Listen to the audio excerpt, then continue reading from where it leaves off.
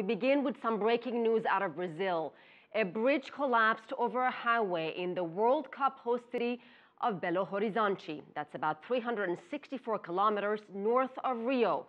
We're hearing at least 2 people are dead. For the very latest, let's go live to Joel Richards in Rio. Joel, what can you tell us? Was this bridge under construction?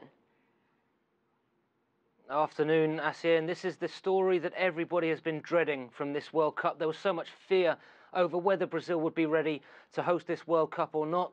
An enormous $11 billion output in terms of putting together the stadiums and the infrastructure. And as you said now, we've got this accident in Belo Horizonte. 2 dead according to local reports and 19 injured, although they're still awaiting further confirmation. There are other cars that are trapped underneath this bridge. Now, as you said, it was a part of the expansion of Belo Horizonte being one of the host cities for this World Cup. And so this overpass was part of that infrastructure and part of that investment. As you mentioned, Belo Horizonte, then about 400 kilometers north of Rio, one of the most important economic centers as well for Brazil, after Sao Paulo and Rio, of course, but one of the major cities. And this overpass was heading over a highway that connected the city with the airport. This took place at around 3:30 local time, so it was very busy. And there are shots, there's footage of this accident with an entire section collapsing, trapping at least 1 bus, 2 construction vehicles, although it's believed that no one was in those vehicles at the time, and also 1 car. So that's the information so far. The fire brigade then confirming 2 dead and around 19 injured. This is then, as we said, though, Belo Horizonte, the city which has already hosted a number of games, 5 matches so far. It was host to Brazil against Chile in the round of 16 just a few days ago. Several group games there. Argentina are based in Belo Horizonte, and we're also due to have the semi-final on Tuesday, next Tuesday, also there in Belo Horizonte. This accident happened just over 3 or 4 miles away from the Mineirão, away from the stadium, so it's very close nearby to where people, of course, are trying to get towards the stadium on match days. But again, just to reiterate, then, a large city in a busy area where this happened at a time when many people, of course, returning from work, and but also very close indeed and very linked in with the World Cup preparations.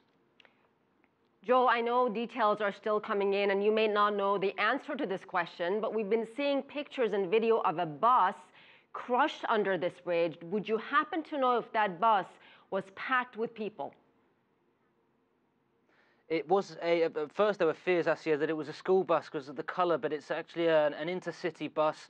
As I understand it, one of those confirmed dead was the driver, female driver. It was an intercity bus, but as you said, they're still unable to, from the sounds of it, certainly they're able to confirm just the number of injured. I'm just seeing local reports here, and they're still saying 2 people have died, confirmed dead, and 19 injured. So clearly people in that bus injured in this accident, but also what we are seeing is that what we believe is there's another car that is trapped underneath. In this footage that is available of this accident, really busy traffic going underneath this overpass. So and just there are 3 or 4 buses that went underneath it just a moment, just literally seconds before this accident. So and in fact, it's quite clear from the footage that it's just the very front of the bus that was trapped underneath this overpass.